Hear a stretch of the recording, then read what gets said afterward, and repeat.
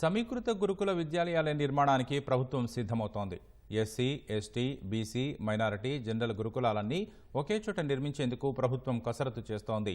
ప్రతి నియోజకవర్గ కేంద్రంలో సుమారు 20 ఎకరాల్లో ఎడ్యుకేషనల్ హబ్లు నిర్మించేందుకు సన్నాహాలు చేస్తోంది. కొడంగల్, మధిర నియోజకవర్గాల్లో పైలట్ ప్రాజెక్టులను చేపట్టనున్నారు. బడ్జెట్లో నిధులు కేటాయించడంతో పాటు విరాళాలు కూడా సేకరించాలని ప్రభుత్వం భావిస్తోంది.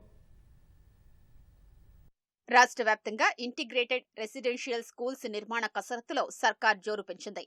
ప్రస్తుతం రాష్ట్రంలో SC, ST, BC, minority, general గురుకులాలు వేర్వేరుగా ఉన్నాయి. అన్ని రకాల గురుకులాల్ని కలిపి ఒకే చోట ఎడ్యుకేషనల్ హబ్ గా నిర్మించాలని ప్రభుత్వం భావిస్తోంది. గురుకులాలన్నీ ఒకే చోట ఉన్నట్లయితే వాటి నిర్వహణ, పర్యవేక్షణ, అజమాయిషీ కూడా మరింత మెరుగ్గా ఉంటుందని ప్రభుత్వం ఆలోచిస్తోంది. ఎక్కువ మంది విద్యార్థులు ఒకే ప్రాంగణంలో చదువుకోవడం ద్వారా వారిలో ప్రతిభా పాఠవాలు, పోటీతత్వం పెరుగుతుందని సీఎం అభిప్రాయపడుతున్నారు.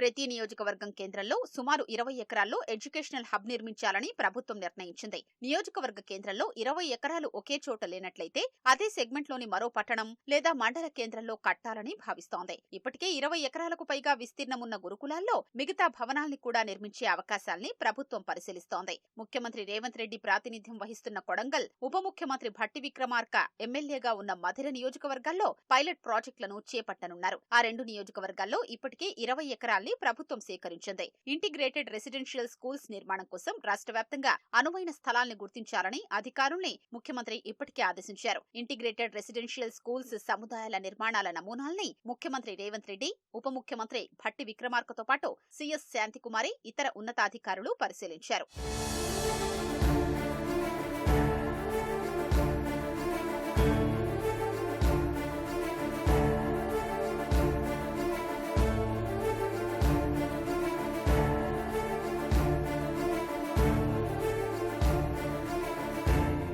ఎడ్యుకేషన్ హబ్ల నిర్మాణానికి రానున్న బడ్జెట్లో నిధులు కేటాయించడంతో పాటు విరాళాలను కూడా సేకరించాలని ప్రభుత్వం భావిస్తోంది. కార్పొరేట్ సంస్థలు, కంపెనీల CSR నిధులతో పాటు దాతల విరాళాలు సేకరించాలని సీఎం రేవంత్ రెడ్డి సూచించారు.